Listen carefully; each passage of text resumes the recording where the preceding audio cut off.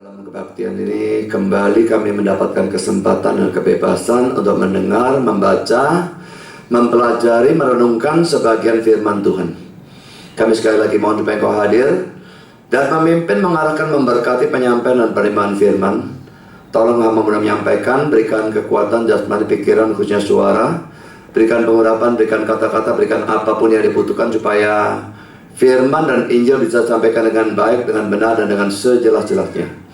Lengkapi bungkus dengan kuasa dan pekerjaan Roh-Mu, karena kami sadar tanpa itu semua akan sia-sia.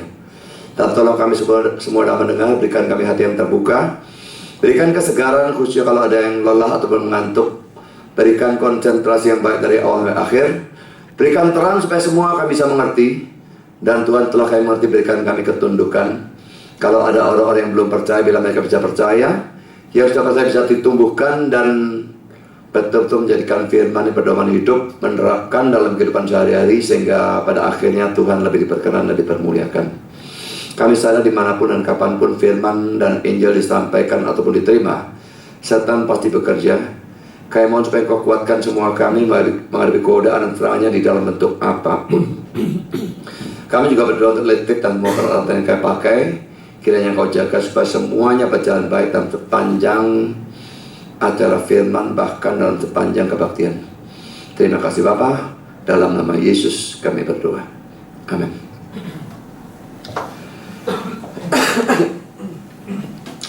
Sudah, kita melanjutkan seri Injil Lukas. Kita membahas Lukas pasal yang ke-6, ayat yang ke-12 sampai dengan yang ke-16. Pada waktu itu pergilah Yesus ke bukit untuk berdoa, dan semalam-malaman ia berdoa kepada Allah. Ketika hari siang, ia memanggil murid-muridnya kepadanya, lalu memilih dari antara mereka 12 orang yang disebutnya Rasul. Simon yang juga diberinya nama Petrus, dan Andreas saudara Simon, Yakobus dan Yohanes, Filipus dan Bartolomeus, Matius dan Thomas, Yakobus anak Alfius, dan Simon yang disebut orang Zelot, Yudas anak Yakobus, dan Yudas Iskariot yang kemudian menjadi pengkhianat. Saya kok heran ya, apakah ini kebetulan? Saya tidak percaya kebetulan. Tadi pagi kita membahas tentang Yakub yang dapat 12 anak. Ya, anak ke-12 belum ya, 11 ya. Hari ini kita membahas 12 rasul. Kok bisa pas sekali ya. Pertama-tama kita lihat ya tentang pemilihan dari rasul-rasul. Ada beberapa hal yang kita perlu bahas ya. Pertama, Yesus itu berdoa dalam ayat 12. Kita baca sekali lagi ya. Pada waktu itu pergilah Yesus ke bukit untuk berdoa, dan semalam-malaman ia berdoa kepada Allah.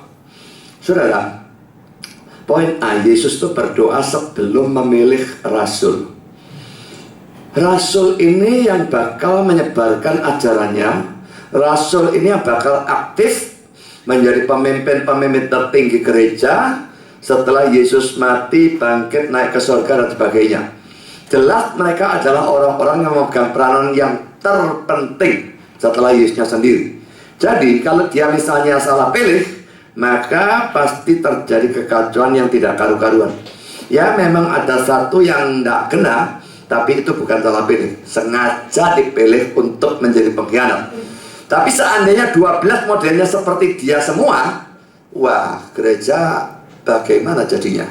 Saudara, dia berdoa sebelum memilih rasul. Dan ini sesuatu yang kita harus teladani ya. Gereja juga harus berdoa sebelum memilih pendeta, majelis, guru sekolah minggu, pengurus, dan sebagainya. Apakah gereja berdoa? Kalau saudara pilih guru sekolah minggu, apakah asal comot orang saja? Oh, orang ini senang anak. Oh, orang ini pintar ngomong. Wah, comoti begitu saja? Atau berdoa lebih dulu? Ada banyak gereja, bahkan kalau ngangkat pendeta, dia disuruh khotbah satu kali, dilihat, oh khotbahnya bagus. Satu kali khotbah bagus, langsung diambil jadi pendeta. Saudara, orang yang khotbah satu kali bagus itu banyak. Tapi barang disuruh khotbah terus, lalu kelihatan kalau dia khotbahnya sangat tidak stabil. Sebentar bagus, sebentar tidak kena didengarkan, sebentar ajarannya sehat, sebentar muncul ajaran sesat. Jadi saudara, Milih pendeta tidak bisa seperti itu ya. Pertama memang masih didoakan, tapi juga kedua kita amati, tidak bisa diundang sekali, dilihat beberapa kali khotbah dan sebagainya. Kalau perlu sampai 10-20 kali kasih tema-tema yang berbeda supaya kita bisa tahu bagaimana pandangannya dan apakah dia khotbah bagus itu stabil atau cuma kadang-kadang bagus, kadang-kadang tidak karu-karuan. Karena saya menjumpai banyak orang seperti itu. Bentar khotbahnya bagus, bentar lagi saya dengar belas tidak kena di rumah orang, bingung, saya tidak ngerti sama sekali, ruwetnya tidak karuan ujung makalnya. Apakah kalau bagus dia sedang persiapan, lalu waktu yang jelek itu dia tidak persiapan, saya tidak tahu. Tapi pokoknya itu terjadi. Dan banyak khotbah semacam demikian. Bentar bagus, bentar jelek, bentar jalan sehat, bentar jalan sesat. Jadi saudara, sesuatu yang membahayakan kalau kita angkat secara sembarangan. Orang-orang ini jadi tokoh-tokoh dalam gereja terarah sesuai dengan orang-orang ini. Pendeta, majelis, guru sekolah minggu, dan sebagainya. Kalau kita milih, jangan sembarangan. Pertama, milih orangnya, lihat dan sebagainya. Kedua, doanya itu luar biasa pentingnya. Dan ini yang dilakukan Yesus. Dia berdoa semalaman pada waktu dia mau memilih rasul besoknya. Kedua, saudara, Yesus pergi ke bukit untuk berdoa. Yesus berdoa di bukit bukan karena bukit tempatnya tinggi jadi lebih dekat sama Allah gitu ya. Saudara, kok bisa lebih dekat sama Allah? Bagaimana kalau orang mikir seperti itu? Allahnya ada di mana toh? Karena Allahnya ada di langit toh.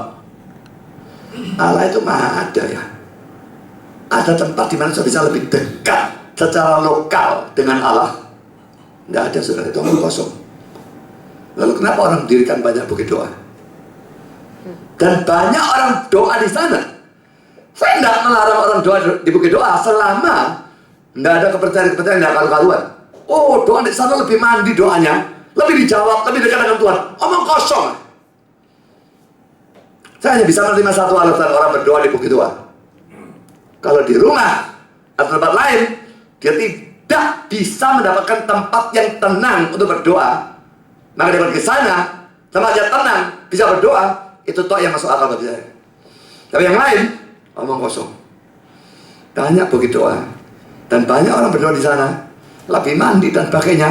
Saudara tidak lebih dekat secara lokal dengan Allah. Apakah tadi bukit atau di Mount Everest puncaknya, atau di dasar jurang yang terdalam, atau palung laut di Filipina. Allahnya ada di mana-mana. Dimanapun saudara berdoa, dia bisa mendengar. Yang penting bukan tempatnya. Yang penting adalah hati saudara berdoa bagaimana, iman saudara bagaimana, dan doa saudara itu isinya apa. Juga saudara, bukit-bukit doa ini ya memang ya, kalau saudara tempat di rumah itu memang ribut semua, anak-anak kecil dan sebagainya, ya bisalah doa di sana. Tapi kalau enggak ya itu buang duit sebetulnya. Bayar kan pergi ke sana. Jadi apa gunanya pergi ke sana? Sudah perjalanannya, sudah bayar di sananya dan sebagainya. Saya tidak menganjurkan orang doa model semacam demikian. Ya, saudara, bahwa Yesus berdoa di bukit menunjukkan bahwa sedapat mungkin pada waktu berdoa kita mesti cari tempat yang sepi, tenang. Saya kira dia berdoa di bukit tujuannya memang itu. Saya yakin dia bukan berdoa di gunung model kayak Bromo gitu ya, yang lalu orangnya sangat warat-warat, jadi ributnya tidak karu-karuan. Dia pergi ke bukit jelas karena itu ada tempat yang sunyi, dan karena itu dia pergi ke sana. Nah saudara, berdoa di tempat yang sepi ini lebih memudahkan kita konsentrasi ya. Doa di tempat sepi saja kita bisa ngelamun ya. Nah doa di tempat rame tambah soro ya. Memang tidak dilarang berdoa di tempat rame ya. Karena saudara misalnya di jalanan, tahu-tahu ada sesuatu yang membahayakan, doa sambil nyetir mobil di jalan yang rame pun tidak ada yang melarang. Tapi kalau doa sengaja, ini doa pagi, saya setiap pagi misalnya katakanlah doa berapa jam atau setengah jam, sengaja dari pasar pergi ke sana, saudara gak waras saudara, gendeng ini. Jadi kalau doa yang memang rutin saudara, usahakan cari tempat yang sunyi. supaya memudahkan konsentrasi. Nah, saudara, berdoa di tempat yang sunyi ini bertentangan dengan pertama, kebiasaan melakukan doa bersuara di dalam persekutuan doa. Saudara, ini gereja Tionghoa ya, termasuk gerejanya Stephen Tong, senang dengan doa bersuara ini. Semua buka suara dan sebagainya. Saya tidak pernah tahu ada cara berdoa seperti itu di dalam Alkitab. Sepanjang yang saya tahu, sepanjang yang saya pelajari, tidak ada cara berdoa model demikian. Dan kalau semua buka suara, saya tidak pernah bisa konsentrasi doa seperti itu. Konon kabarnya yang membawa cara doa itu adalah Andrew G. Dari Cina, dibawa ke Saat, dia pendiri Saat ya. Dan karena itu dipopulerkan oleh para lulusan Saat termasuk Stephen Tong. Jadi karena itu jangan heran gereja-gereja Tionghoa yang biasanya mempraktekkan itu, karena mereka lulusan dari Saat. Dan ini dijadikan sesuatu yang ngetren sudah. Semua gereja-gereja itu doa bersuara, buka suara. Kalau saya khotbah di tempat-tempat seperti itu, saudara, sebelum kebaktian ya pengurusnya doa, itu pun doa bersuara. Doa karepmu aku merem doa, melo doa. Saya tidak bisa doa belas tuh. Mau ngomong apa sih? Konsentrasi tidak bisa, saudara. Ya kalau saudara adalah orang yang tidak gampang terganggu konsentrasinya oleh keributan seperti itu, saudara bisa konsentrasi. Ingat, tidak semua orang seperti itu. Ada banyak orang model seperti saya yang suka sekali konsentrasi dan gampang pecah konsentrasinya, sehingga doa seperti itu mengganggu orang-orang yang model seperti saya yang tidak bisa doa ya. Dan saya tidak percaya bahwa itu adalah cara yang alkitabiah di dalam berdoa. Tapi ya itulah, banyak gereja mempraktekkan itu. Kedua, saudara, doa Yesus di tempat yang sunyi ini juga bertentangan dengan orang, khususnya biasanya ya dalam kalangan Pentakosta atau karismatik, yang pada waktu berdoa itu di tengah-tengah doa teriak amin, haleluya, glory dan sebagainya, kuarasnya setengah mati lakinya. Saya mungkin pernah cerita ya, saya doa di satu gereja, mau acara firman ya, saya khotbah ya, mau firman kan doa dulu. Itu chairman-nya tuh duduk paling depan. Dia bilang amin atau glory, tidak tahu apa, saya tidak ngerti. Begitu keras sampai saya kuagetnya setengah mati. Gendeng orang, tak pikir sinting atau gimana. Saudara, tidak salah saudara mengaminkan, tapi haruskah bersuara sehingga mengganggu konsentrasi orang lain? Aminkan dalam hati apa tidak bisa? Saya mengaminkan itu untuk Tuhan atau untuk orang? Kalau untuk Tuhan, dalam hati dia tahu untuk apa dibunyikan. Apalagi dengan suara begitu keras, saya pikir agak korslet di sininya. Yang teriak-teriak model seperti di tengah-tengah doa. Ada yang gak beres ya. Jadi saudara, tidak masalah amin, tapi aminkan dalam hati. Kenapa mesti teriak? Bandingkan dengan ayat itu, saudara. 1 Korintus 14 ayat yang ke-16. Sebab jika engkau mengucap syukur dengan rohmu saja, bagaimanakah orang biasa yang hadir sebagai pendengar dapat mengatakan amin atas pengucapan syukurmu? Bukankah ia tidak tahu apa yang kau katakan? Saudara, ini ayat ini menentang doa dengan bahasa roh ya. Karena kalau orang doa dengan bahasa roh, ya apa yang dengar tidak ngerti semua, gimana dia bisa amin? Amin itu kan kita mesti ngerti, lalu saya setuju, baru ngomong amin dalam hati. Tapi kalau pakai bahasa roh, lalu tidak bisa amin. Tapi saudara, saya poinnya mengatakan bahwa pada waktu doa itu tentunya memang seperti ini caranya. Dan ini tafsiran dari Calvin. Satu orang berdoa dengan suara keras, semua mendengarkan, mengaminkan di dalam hati. Di dalam hati tentunya tidak perlu dibunyikan. Jadi saudara, mengatakan amin dengan suara keras itu sama sekali tidak pada tempatnya. Mengganggu konsentrasi dari orang-orang lain yang sedang berdoa, bahkan mengganggu orang yang sedang memimpin doa. Saya sangat tidak senang kalau sedang memimpin doa, lalu ada ya yang hadir dari kalangan Pentakosta karismatik lalu menggarap dewe untuk ngamuk saya, karena terganggu konsentrasi saya. Ya. Saudara, hal yang ketiga, Yesus berdoa di tempat yang sunyi itu, di bukit itu, juga bertentangan dengan kebiasaan berdoa yang zaman sekarang ini dipraktekkan di hampir semua gereja kecuali gereja satu ini. Di gereja ini saya melarang doa diiringi musik ataupun band. Praktek yang bodoh atau salah ini ada di hampir semua gereja, saya kira sudah tahu itu. Dan saya tidak tahu siapa orang gila yang pertama mulai ya. Tapi satu orang mulai, lalu yang lain tanpa memeriksa menggunakan Alkitab apakah ini cara berdoa benar atau tidak, ikut-ikutan saja, saudara. Tapi saudara periksa dulu, benar atau tidak? Kalau benar, ikutlah.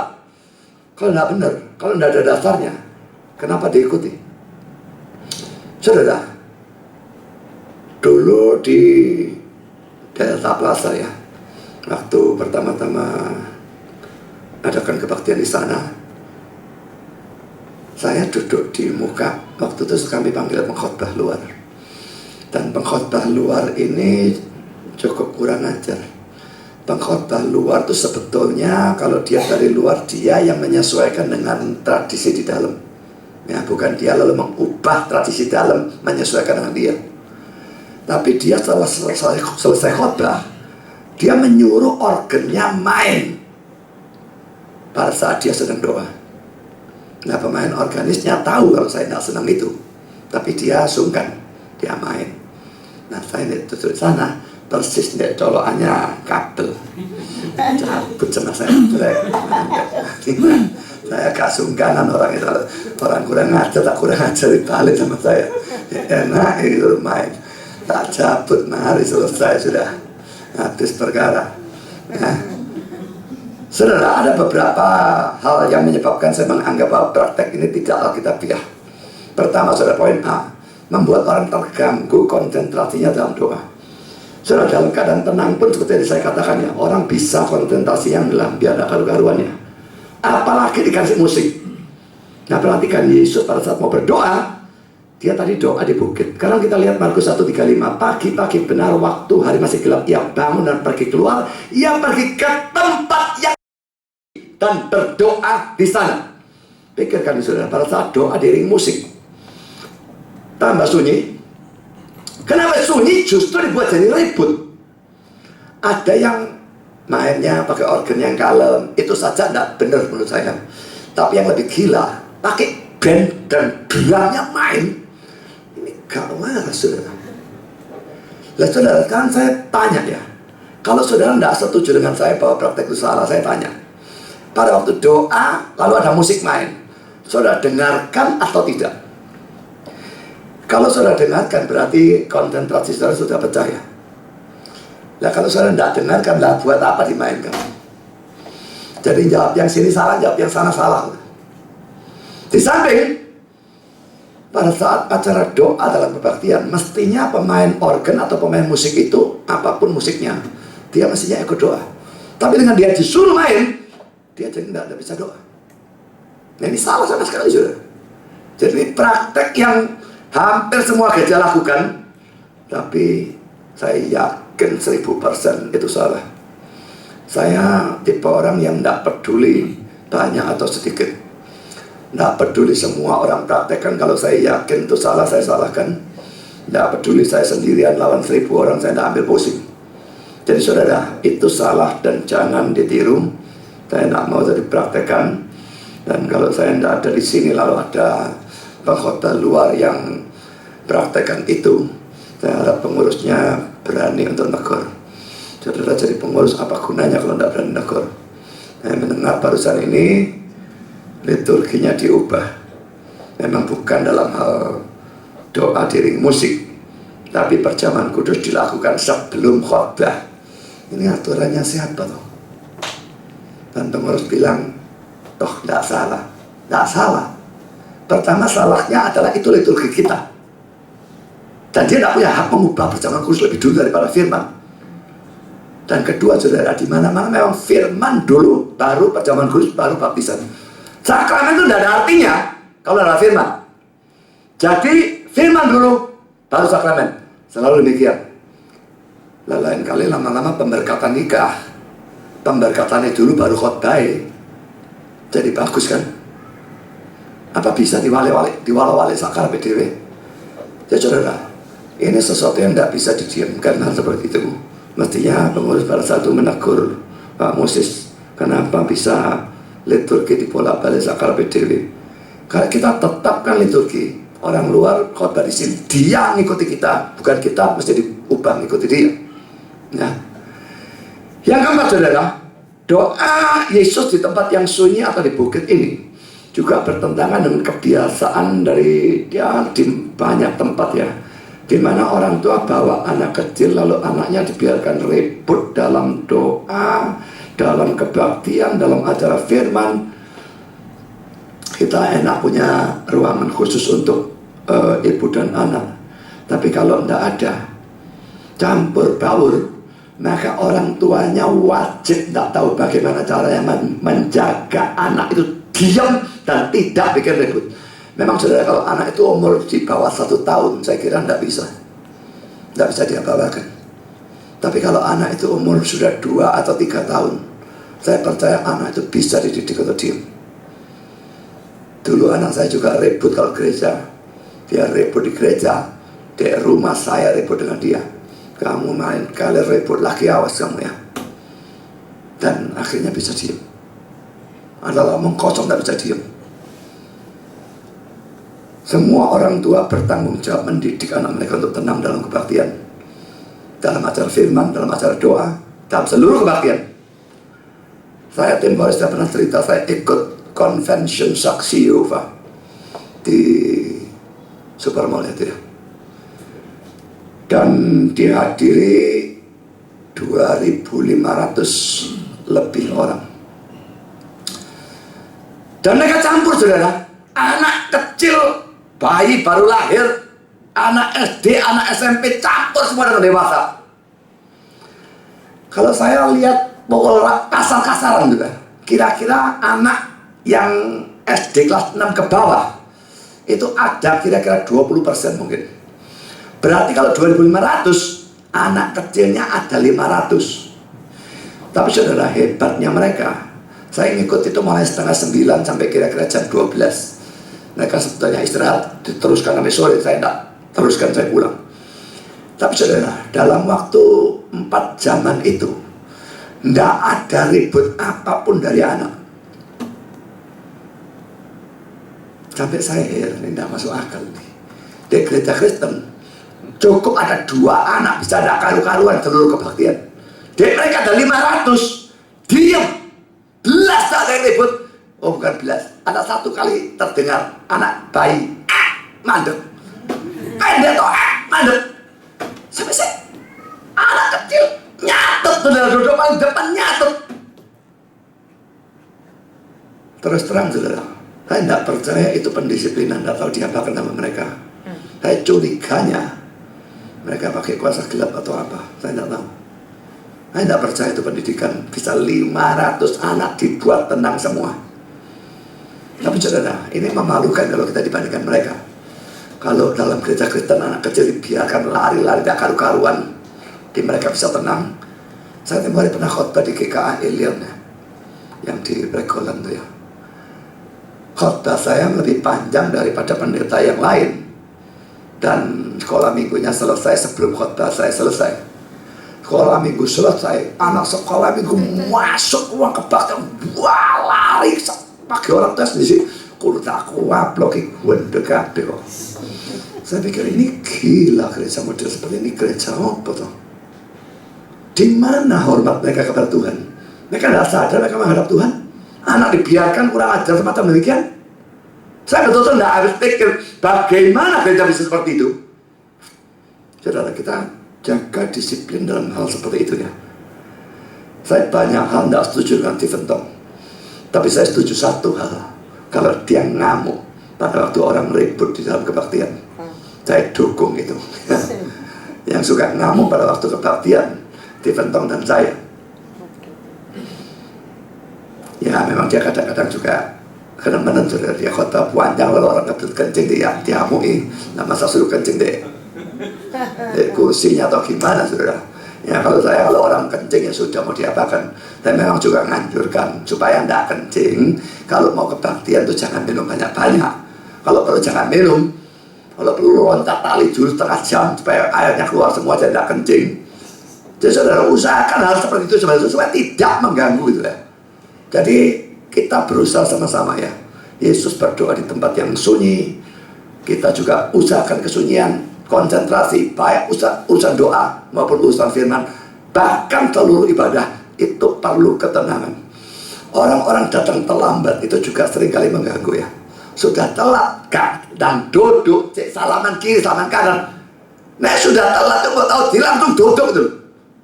Telat itu sudah salah kok, tambah salaman kiri kanan segala macam, tambah ganggu dan karu-karuan. Ya saudara, ketenangan dalam doa, ketenangan dalam firman, ini sesuatu yang perlu kita hargai, perlu kita perhatikan, dan Yesus ini memberikan teladan yang bagus. Kan sudah poin sih. Mengapa Yesus berdoa? Kalau dia memang adalah Allah. Wah, ini kalau di Facebook ya, ini orang-orang Islam yang jalan model seperti sawartar. Dan dijelaskan bagaimanapun gak ngerti-ngerti. Bos sampai saya balik ngomong, kamu tuh gak ngerti atau pura-pura gak ngerti loh. Saya jelaskan jelas-jelasnya, saya tanya yang lewat, gak karuan. Kamu gak ngerti atau pura-pura gak ngerti? Yesus itu sungguh-sungguh Allah dan sungguh-sungguh manusia. Dia berdoa sebagai manusia. Apa salahnya? Saudara, Yesus doa tentu bukan sebagai Allah.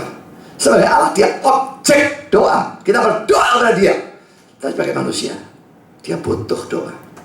Dia berdoa sebagai manusia. Tidak ada yang salah dengan Yesus berdoa. Yesus diserang oleh saksi Yehova atau diserang oleh Islam atau siapapun. Yesus Allah kok berdoa? Nah, ya dia manusia yang doa. Dia Allah dan manusia kok. Kalau ngomong gitu, ya kenapa dia makan? Apa Allah butuh makan? Manusianya butuh, Allahnya enggak. Butuh tidur, manusianya butuh, Allahnya enggak. Jadi itu pertanyaan-pertanyaan yang sebetulnya gampang sekali, tapi orang ditanya begitu bingung semua, enggak karu-karuan kalau mereka enggak pernah belajar. Saudara Albert Barnes berikan komentar demikian. Kalau ditanyakan mengapa Yesus harus berdoa jika ia adalah Allah, kami menjawab bahwa ia juga adalah seorang manusia. Seorang manusia yang mengalami penderitaan yang sama seperti orang lain. Dan sebagai seorang manusia yang membutuhkan berkat ilahi, tidak ada lebih banyak ketidakkonsekuenan dalam tindakannya pada waktu berdoa dibandingkan dengan tindakannya pada waktu makan. Ya, dia butuh makan, manusianya butuh makan. Butuh tidur, manusia butuh tidur. Dia jalan-jalan capek, istirahat, butuh istirahat. Jadi saudara, tidak ada yang aneh dengan dia makan, tidur, istirahat. Tidak ada yang aneh juga dengan dia berdoa, karena ini ditinjau dia sebagai manusia. Kan sudah kita masuk dalam poin yang kedua. Saudara, rasul-rasul dipilih dari antara murid. Kita baca 13 ya. Ketika hari siang, ia memanggil murid-muridnya kepadanya, lalu memilih dari antara mereka 12 orang yang disebutnya rasul. Jadi kelihatannya muridnya banyak. Lalu pilih 12 orang dari sana, lalu disebutnya rasul. Saudara, pertama poin A kita lihat murid. Poin nomor 1, kata murid-murid atau disciples dalam bahasa Yunani-nya bentuk plural atau bentuk jamaknya adalah matetai, dan bentuk tunggalnya matetes, artinya a learner, ya, seorang yang belajar begitu ya. Kata kerjanya adalah mantano, I learn atau saya belajar. Bandingkan juga dengan kata Yunani amates, itu tidak ya, berarti ignore atau tidak mempunyai pengertian, atau bodoh, atau dungu. Saudara, orang Kristen disebut murid. Jadi orang Kristen itu harus belajar. Murid apa yang gak belajar, saudara? Murid drop out.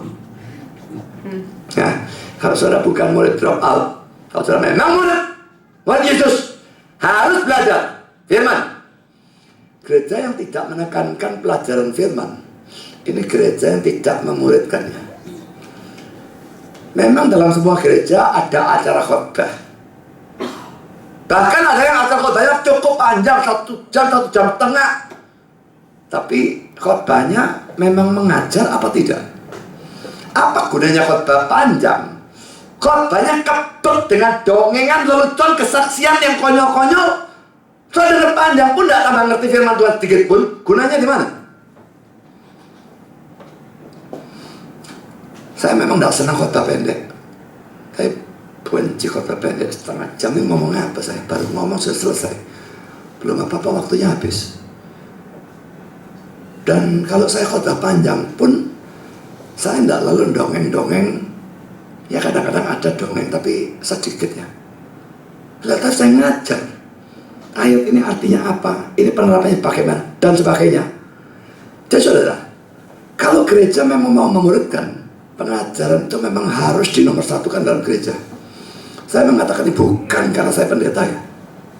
Tapi memang dalam gereja, firman Tuhan kedudukan nomor satu.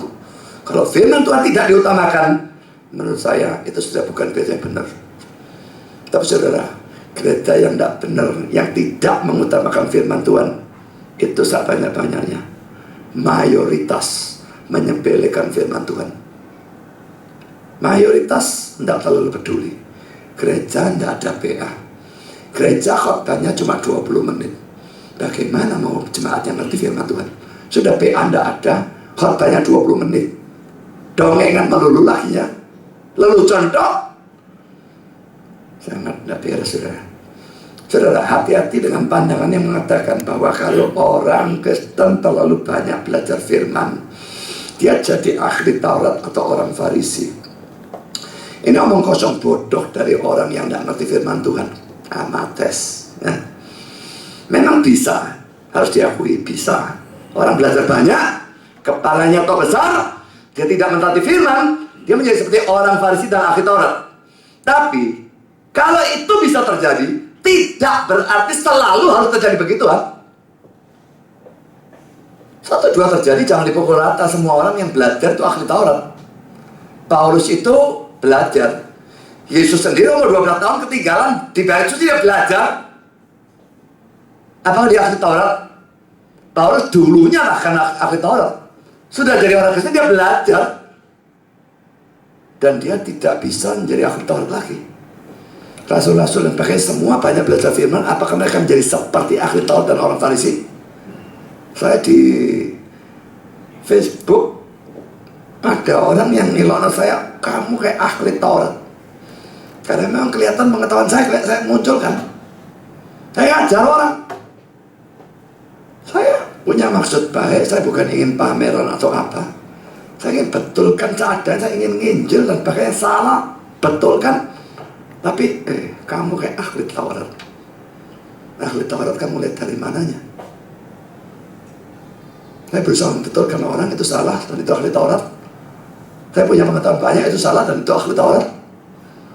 Jadi saudara, ini sesuatu yang konyol ya. Kalau dikatakan, oh, jangan belajar banyak-banyak, yang penting melaksanakan. Belajar banyak jadi ahli Taurat. Belajar banyak jadi ahli Taurat sudah salah. Yang penting melaksanakan, tidak perlu belajar. Kalau tidak belajar, tidak ngerti apanya yang dilaksanakan.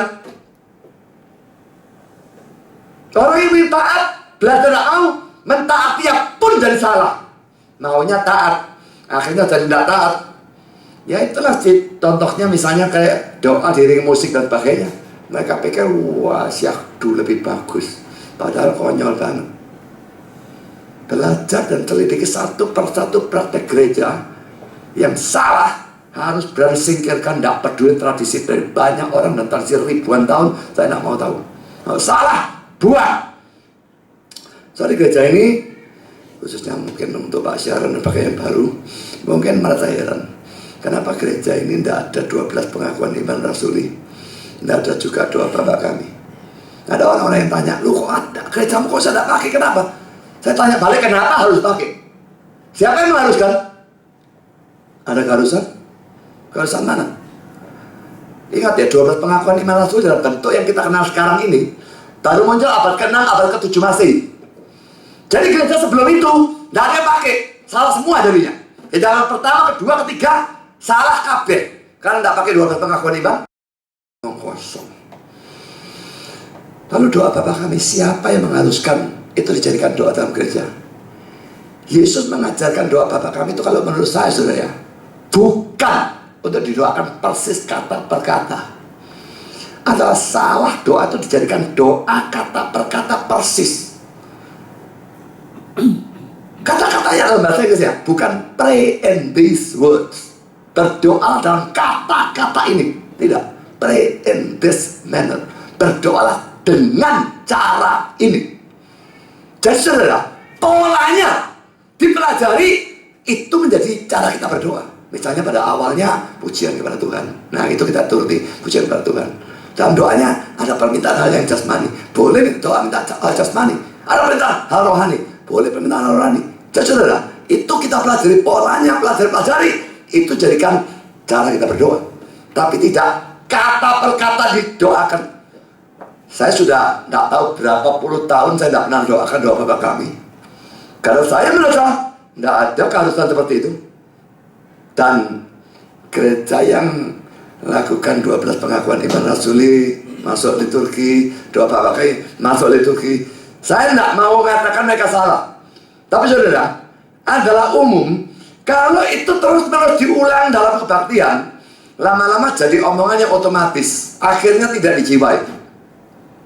Sampai pendeta saya sendiri itu orang genah ya. Dia bukan orang tidak karu-karuan ya. Tapi saudara, begitu rutinnya mengucapkan 12 pengakuan iman rasul dan doa Bapa Kami, satu kali saya sebagai jemaatnya dengar dia doa, lalu ditutup dengan doa Bapa Kami ya. Dalam nama Yesus yang mengajar kami berdoa, aku percaya kepada Allah Bapa yang Maha Kuasa. Sampai 2 kalimat baru dia aku keliru. Mestinya doa Bapa Kami, dia mengucapkan 12 pengakuan iman rasuli. Saking otomatisnya saudara, itu jadi sungguh-sungguh serius. Waduh, ini nggak tahu rasanya gimana, malu dia ya. Ini pendetanya ngelamun ketolong saudara. Ya, mestinya doa Bapa Kami keluar pengakuan iman rasuli di sana. Jadi saudara, sesuatu yang perlu kita pikirkan ya. Jadi tidak ada keharusan doa Bapa Kami, tidak ada keharusan 12 pengakuan iman rasuli. Dan kita harus tahu hal semacam demikian. Kalau tidak ngerti firman, orang haruskan yang tidak harus. Bahkan ada satu pendeta yang bilang, gereja yang tidak pakai 12 pengakuan iman rasul itu gereja sesat. Setelah dia gereja Protestan, saya yakin dia mau nyerang orang Pentakosta dan karismatik karena mereka pada umumnya tidak pakai. Terus saya mengatakan begitu itu bodoh. Saya katakan tadi itu baru muncul abad ke-6, abad ke-7. Berarti gereja abad pertama, 2, 3 terus sampai abad ke-5 sesat kabeh. Itu kan omong kosong. Tidak ada perintah manapun harus pakai 12 pengakuan iman rasuli. Dan alasan mengapa di gereja ini tidak dipakai, doanya sudah biasanya panjang, khotbahnya panjang dan cukar, ditambah itu lagi.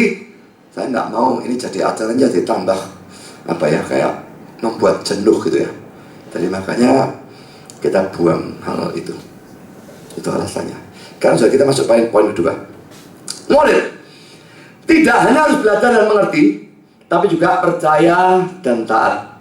Memang tidak bisa diharapkan taat 100% ya. Tidak ada murid taat 100%. No. Sama sekali tidak ada. Yesus tak bisa taat 100%. Tapi murid belajar, tujuannya percaya dan taat. Tujuannya itu taatnya memang 100%. Tidak akan tercapai.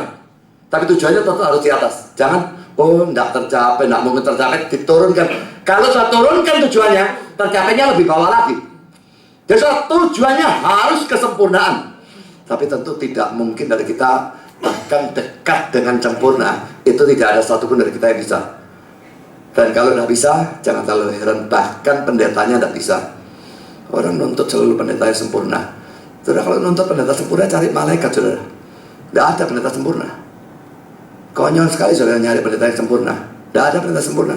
Semua pendeta cacat celah. Dan saya sama saja. Mungkin saya bedanya cuma lebih ngerti firman. Sebetulnya diharapkannya si pendetanya lebih salah, diharapkannya. Tapi saudara, namanya pendeta itu juga orang. Dari sononya juga sudah brengsek. Jadi saya juga punya daging. Kecenderungan daging tetap ada. Dan saya tetap adalah orang berdosa sampai saya mati. Jadi saya jangan mengharapkan pendeta yang suci. Tidak akan dapat dimanapun. Konyol ya, tempoh hari ada satu orang datang di persekutuan doa kita. Dia baru pindah dari gereja lain dan dia berkata pendetanya sana tuh gini. Dia pindah ke sini, tak senang sama pendeta gini. Saya bilang kepada dia, ya mungkin pendeta itu kelemahannya gitu. Aku mungkin kelemahannya bukan itu. Tapi aku kelemahannya lain. Aku kelemahannya ngamuk. Nggak bisa ngamuk. Ngantem sungguhan. Dia langsung pindah dari gereja kita. Datang satu kali dok, pindah. Pendetanya suka ngantem. Saudara, yang dirasani katanya pendetanya mata duitan. Saya suka ngamuk, dia nggak mau dua-dua. Akhirnya pergi ke gereja yang pendetanya saleh memang, karena pendetanya munafik. Saudara, kalau saya dapat pendeta yang kelihatannya saleh, tidak kelihatan cacat celah, 99,99% saya dapat orang yang munafik. Kalau dia orang terang-terang seperti saya akan ngomong, saya orang berdosa, saya ngamuan, titik. Mau terima saya baik, mau terima sudah. Senang yang jujur kayak saya atau senang yang munafik? Itu sama dengan ngomong senang jadi orang pintar atau senang jadi orang bodoh, saudara. Saya bandingkan dengan ayat ini ya, Matius 28, 19-20. Kata pergilah, jadikanlah semua bangsa muridku, dan baptislah mereka dalam nama Bapa dan Anak dan Roh Kudus, dan ajarlah mereka melakukan segala sesuatu yang telah kuperintahkan kepadamu, dan ketahuilah aku menyertai kamu senantiasa sampai kepada akhir zaman. Perhatikan ya, Yesus tidak hanya berkata ajarlah mereka, tapi ajarlah mereka melakukan.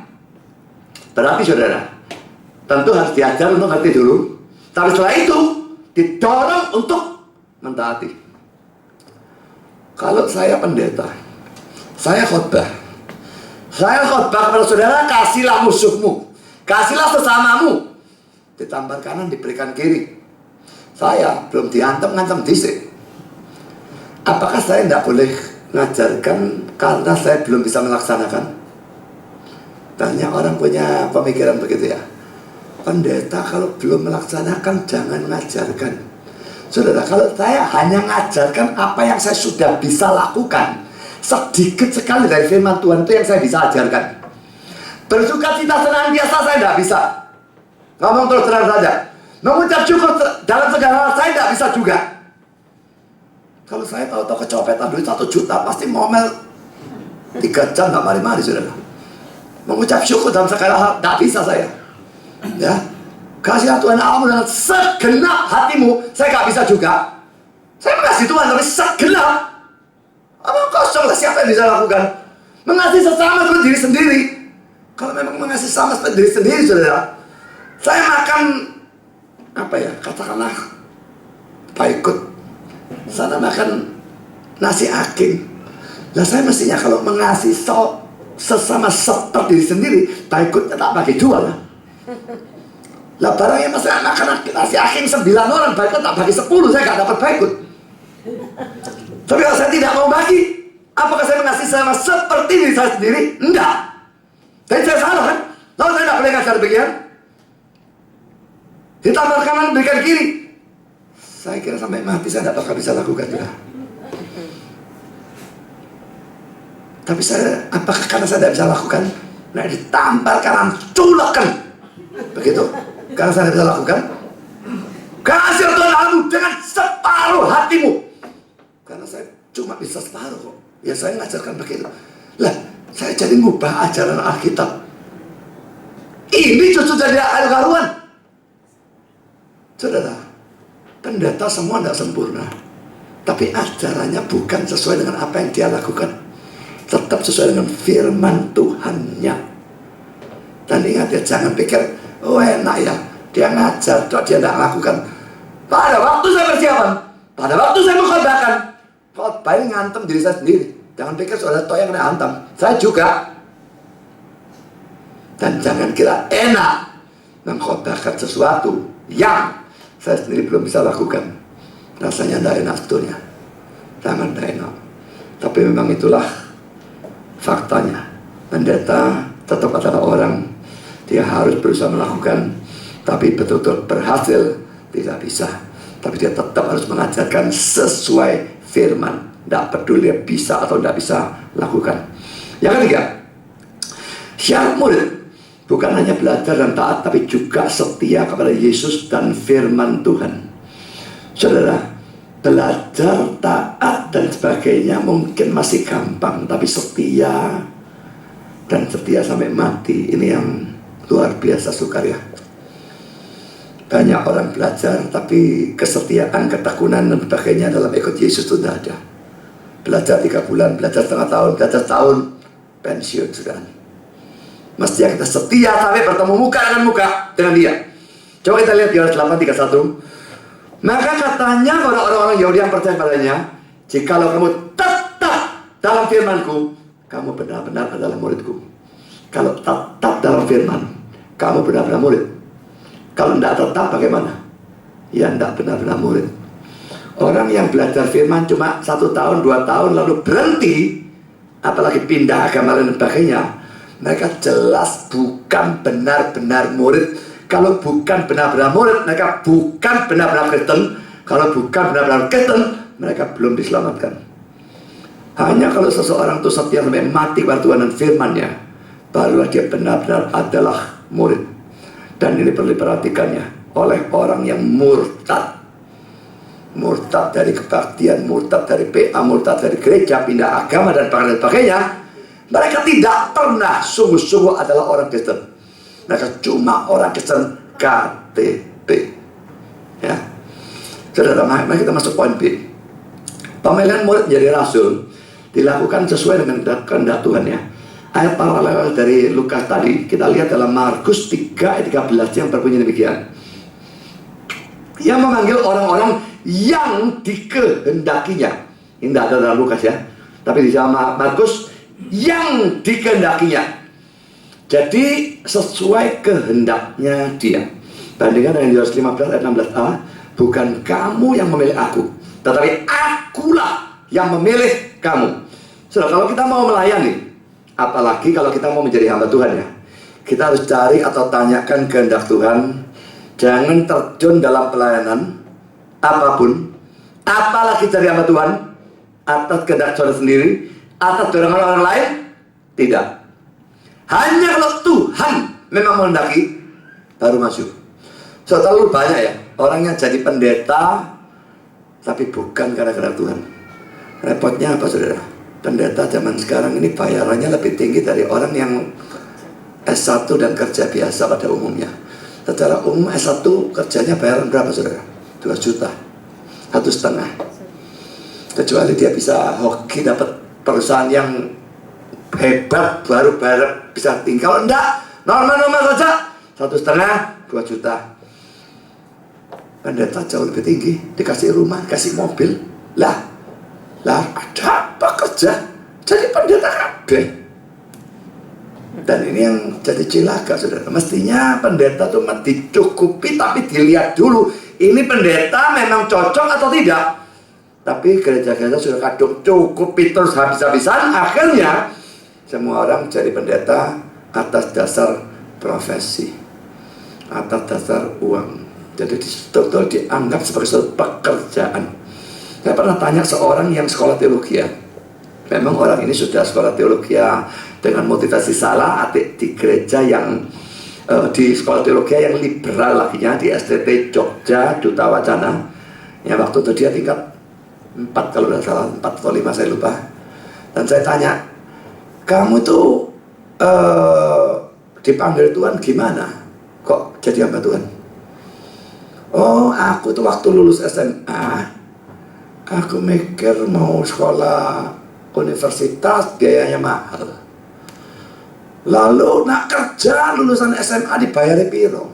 Ya sudahlah, kerja untuk Tuhan. Masuk sekolah teologi ya. Jujur dia, tapi bagus sekali kan ya kalau pendeta model seperti itu ya. Saya bersyukur kepada Tuhan, saya tidak pernah kepingin jadi pendeta. Kalau bukan karena Tuhan memanggil saya dan saya yakin itu kehendaknya dia, saya tidak mau jadi pendeta. Dan pergumulan 7 bulan itu saudara, saya minta pada dia, kalau engkau memang panggil aku, berikan aku keyakinan 100%, tidak kurang dari itu. 99% aku tidak berangkat. Karena saya bilang, Tuhan, aku ini sekolah ITS, tinggal skripsi, saya tujuannya jadi insinyur kok.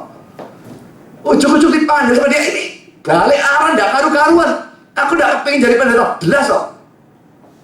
Tapi pergumulan saya makin lama makin kesana, makin lama kesana. Akhirnya saya bilang, ya sudah, aku mau, tapi aku ngajukan syarat. berikan keyakinan 100%, tidak kurang dari itu. Kalau tidak, aku tidak berangkat. Bergumul naik 70%, 80%, 90%. Tidak Tuhan, 90% tidak cukup, aku minta 1%. Dan Tuhan akhirnya berikan.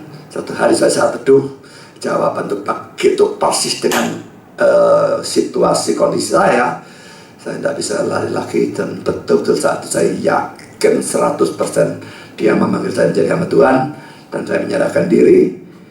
Dan waktu itu betul-betul tidak pernah terulang dalam kehidupan saya. Bahkan tidak pada waktu saya pertama kali percaya Kristus. Damai dari Tuhan itu kayak banjir, tidak karu-karun, meluap, tidak karu-karun.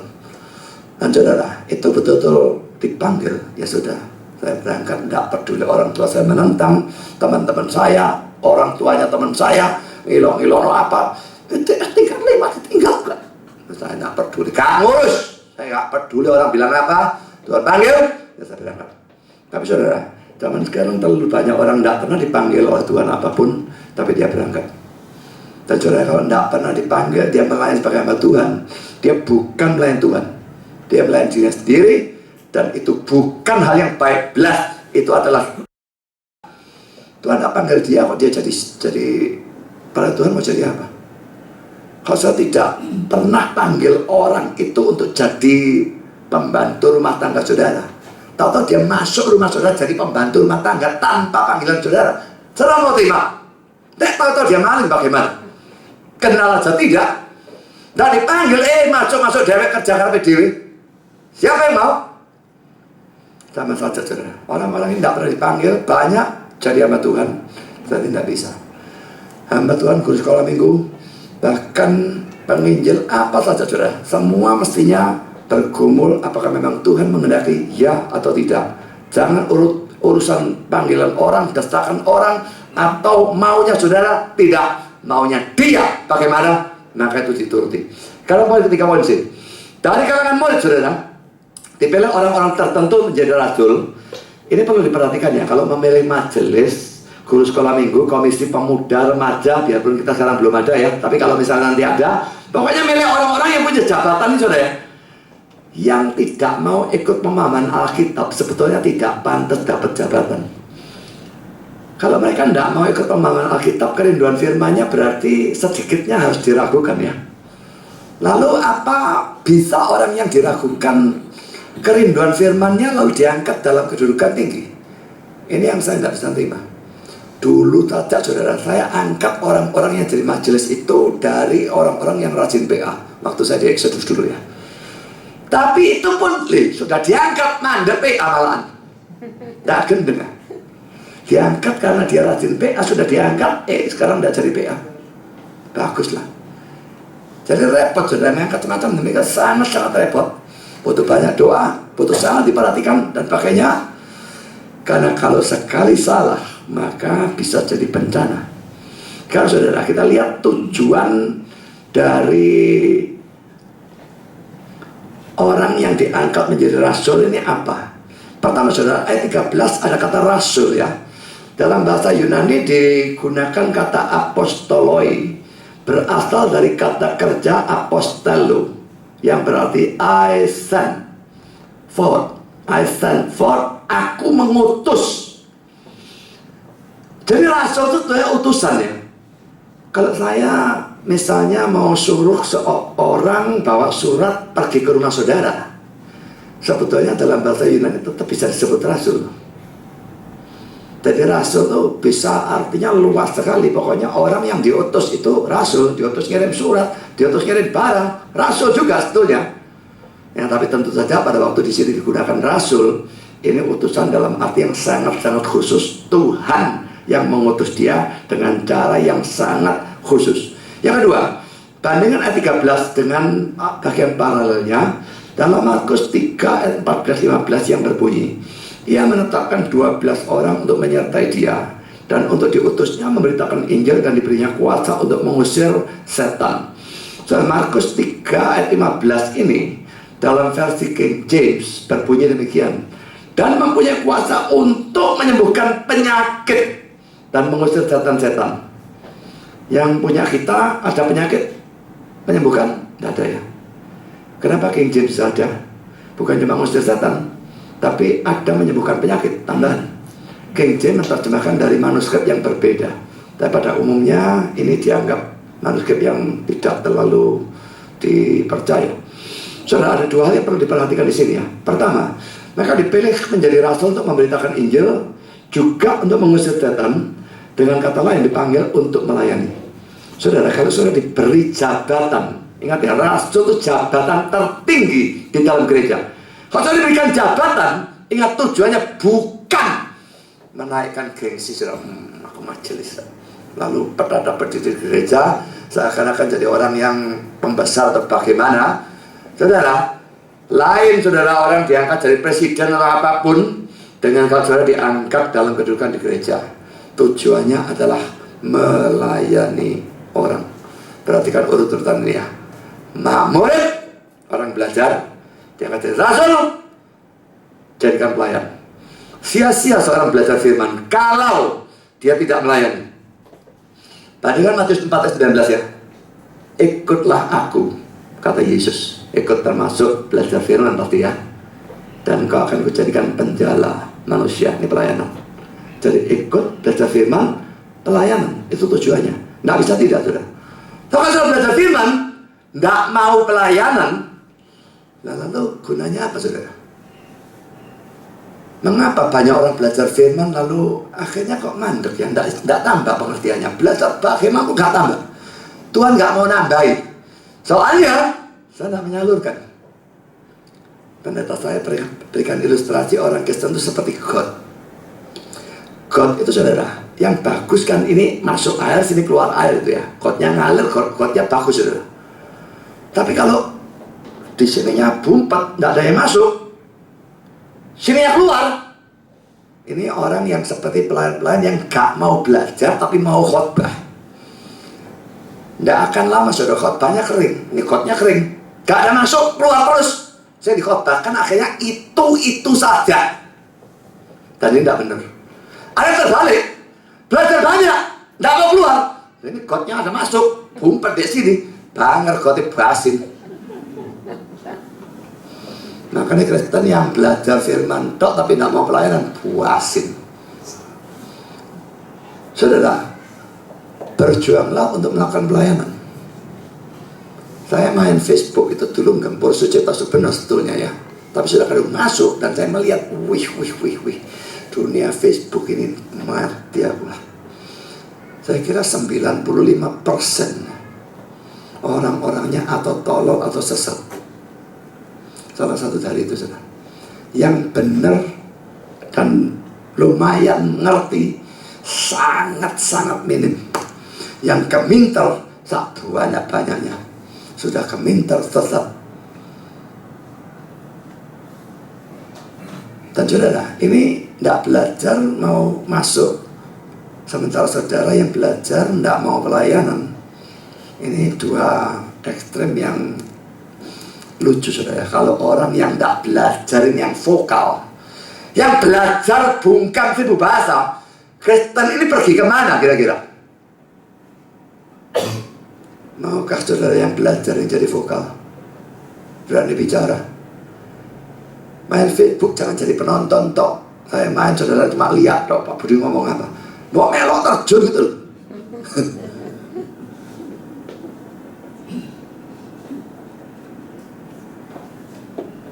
Kita masuk Wendy. Dalam Markus 3:14 ini nomor 1 ada menyertai Yesus ya. NIV dan NSB, that they might be with him, supaya mereka bisa bersama dia. Nomor 2, memberitakan Injil. Nomor 3, mengusir setan. Bersama Yesus, menginjil, lalu mengusir setan. Beberapa komentar berkata demikian.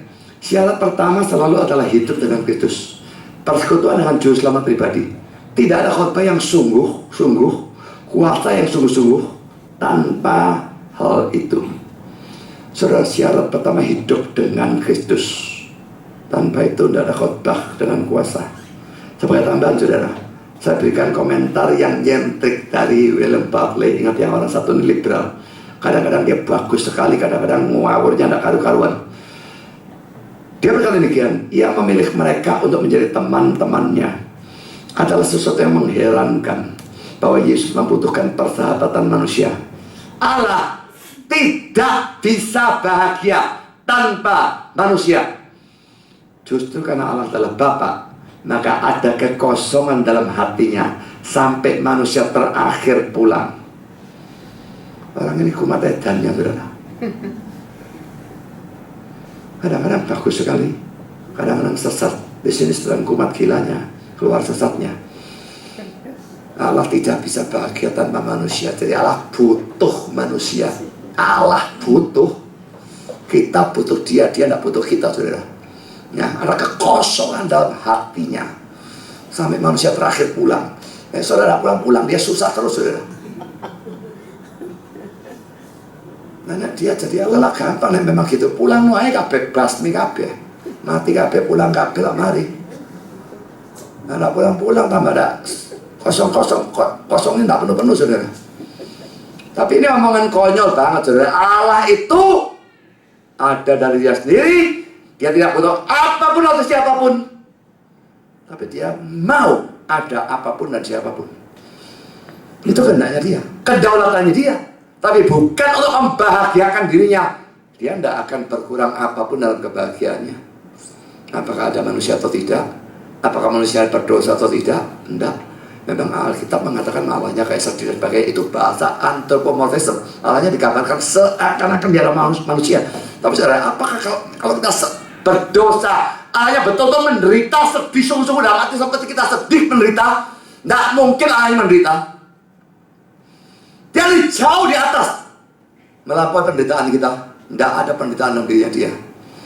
Justru karena dia tidak bisa menderita, maka waktu dia mau menderita, dia harus jadi orang dalam diri Yesus. Allah tidak bisa menderita. Setelah jadi orang, baru sebagai Yesus dia bisa menderita. Jadi mengatakan Allah butuh orang dan sebagainya, tidak bisa bahagia. Tidak bisa bahagia kan susah tanpa manusia. Ini sesuatu yang merendahkan Allah.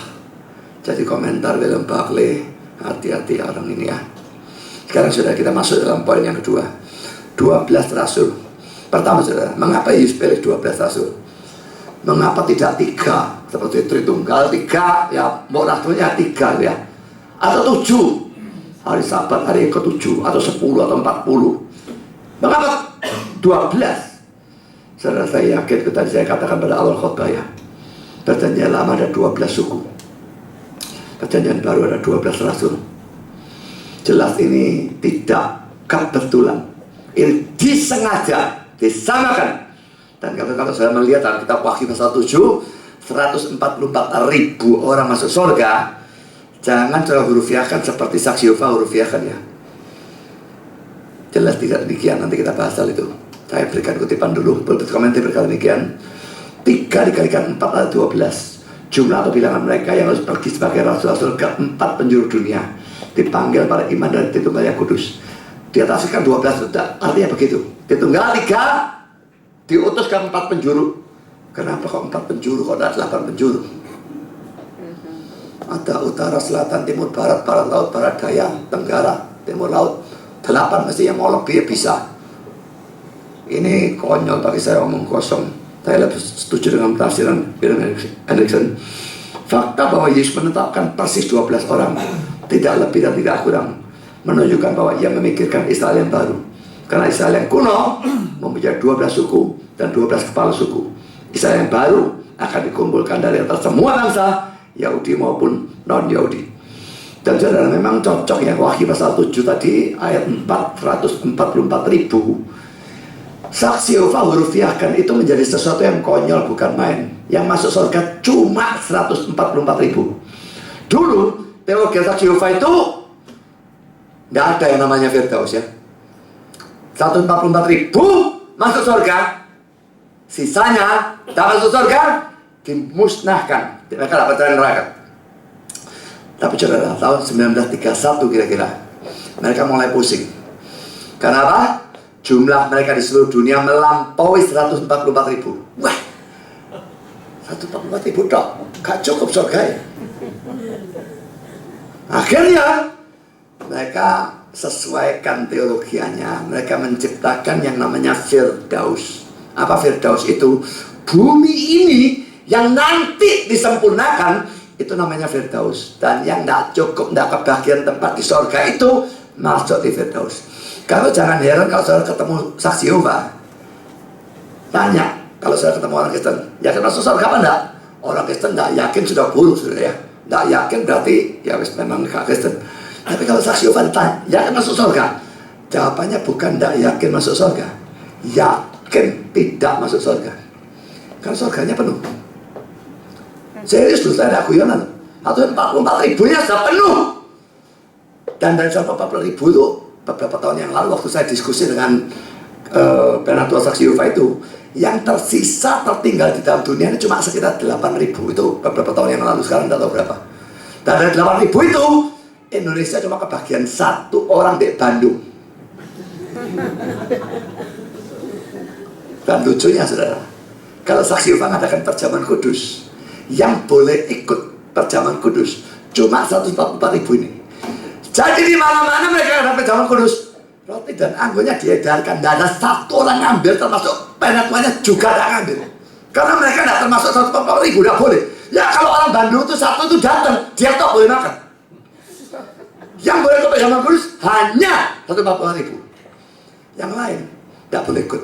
Dan mereka tidak mungkin masuk surga. Itu Penatua saya yang diskusi dengan saya. Tak tanya, kamu yakin tidak masuk surga? Ya, yakin tidak masuk. Surganya penuh. Firdaus berharap moga-moga. Karena saudara, mereka bukan hanya iman ya. Iman plus perbuatan baik. Dan perbuatan baik yang paling tekankan nginjil. Kalau ini mencukupi, mereka masuk Firdaus. Kalau tidak nututi, masuk kelompok ketiga, dimusnahkan. Sampai saya bilang, lah ya, kamu nyuruh aku ikut kamu. Nek teologiamu bener, aku paling banter. Tinggal di Firdaus, bumi yang sempurnakan. Bisa-bisa aku dimusnahkan. Ya. Lah nek aku sih bener, aku masuk surga. Kalau aku bener, kamu masuk neraka, aku masuk surga. Kalau kamu bener, kamu paling tinggal di Firdaus, aku dimusnahkan. Lihat kemungkinan seperti itu. Lah, aku merem-reman milik Kristen, salah-salah, paling-paling musnah kok. Kalau aku milih Saksi Yehova, aku salah, masuk neraka. Dia tidak bisa ngomong. Kamu pasti tidak masuk surga. Aku yakin masuk surga. Kamu bumi yang disempurnakan berharap. Punyamu tuh kan kabar baik, kabar buruk. Dia tidak bisa ngomong. Mau ngomong apa dia? Mau jawab apa? Memang kabar buruk itu. Ngomong kosong saudara. 144.000 jelas bukan hurufiah. Dalam kitab Wahyu hampir tidak ada bilangan yang hurufiah. Mungkin ya, kalau saya bisa ingat yang hurufiah itu cuma surat kepada 7 gereja. Wahyu 2, Wahyu 3. 7 gereja betul-betul 7. Tapi yang lain boleh katakan semua bilangan simbolis. 144.000 simbolis apa? 12 PL, 12 PB kali 1000 bilangan sempurna. Orang-orang percaya PL, orang-orang percaya PB, jumlah sempurna hanya Allah yang tahu. Itu masuk surga. Jelas jumlahnya bukan 144.000, pasti jumlahnya jutaan, mungkin miliaran, saya tidak tahu. Dan Yesus bilang, di rumah Bapakku banyak tempat tinggal. Jika tidak, tentu tak beritahu kamu. Lah, dia bilang tidak cukup. Yesus bilang banyak tempat tinggal, dan dia bilang tidak cukup.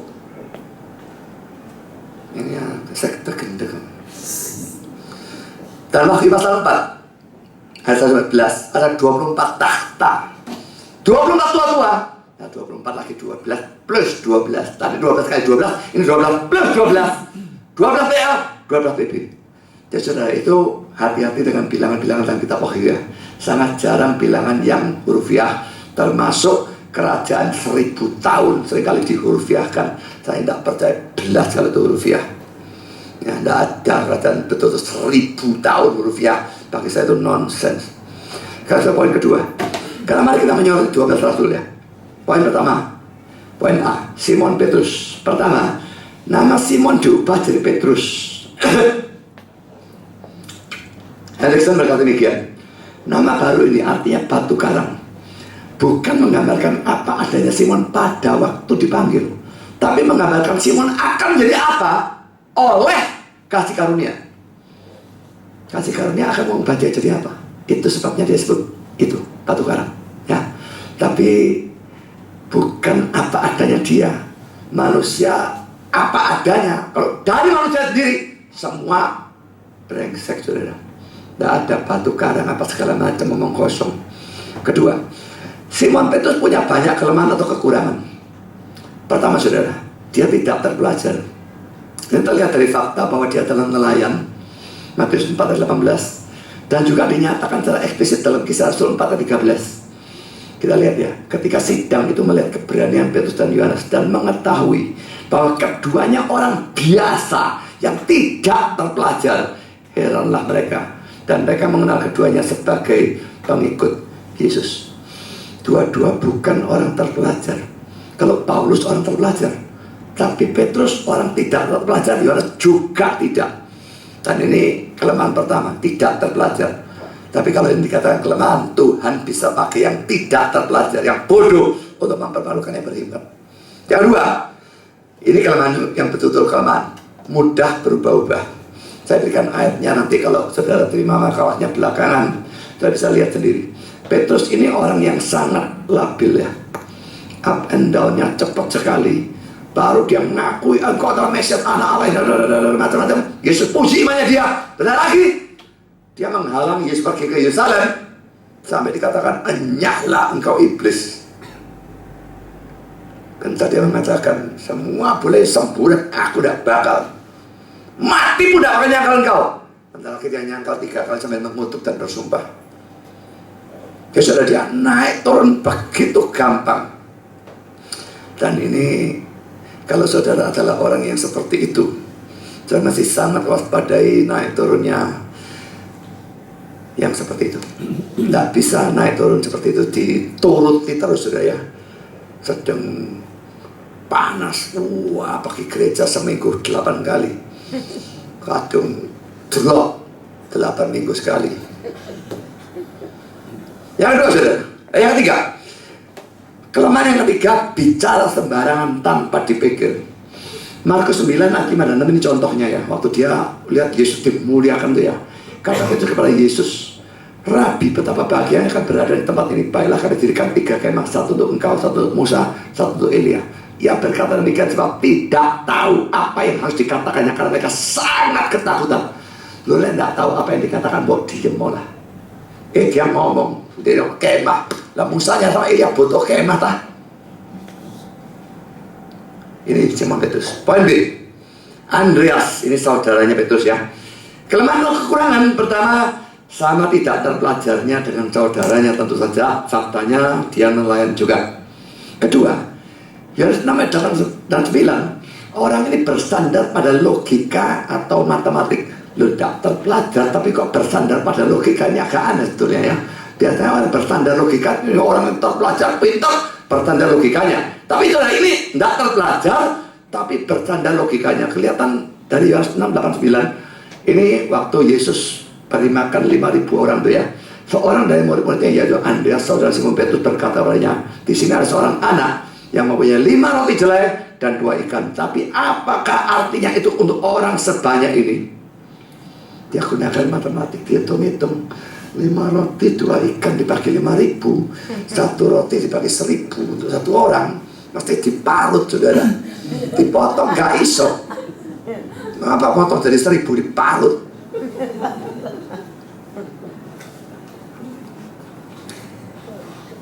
Tapi dia pakai logika. Saya tidak bilang logika tidak boleh dipakai ya.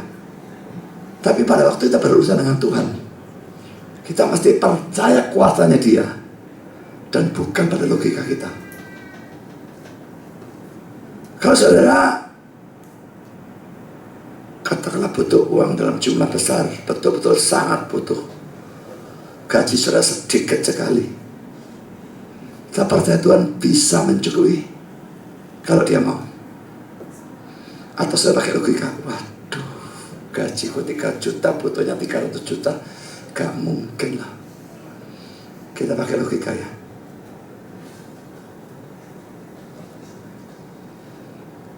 Ada orang-orang yang dorong untuk beli gereja. Ini bukan punya kita ya.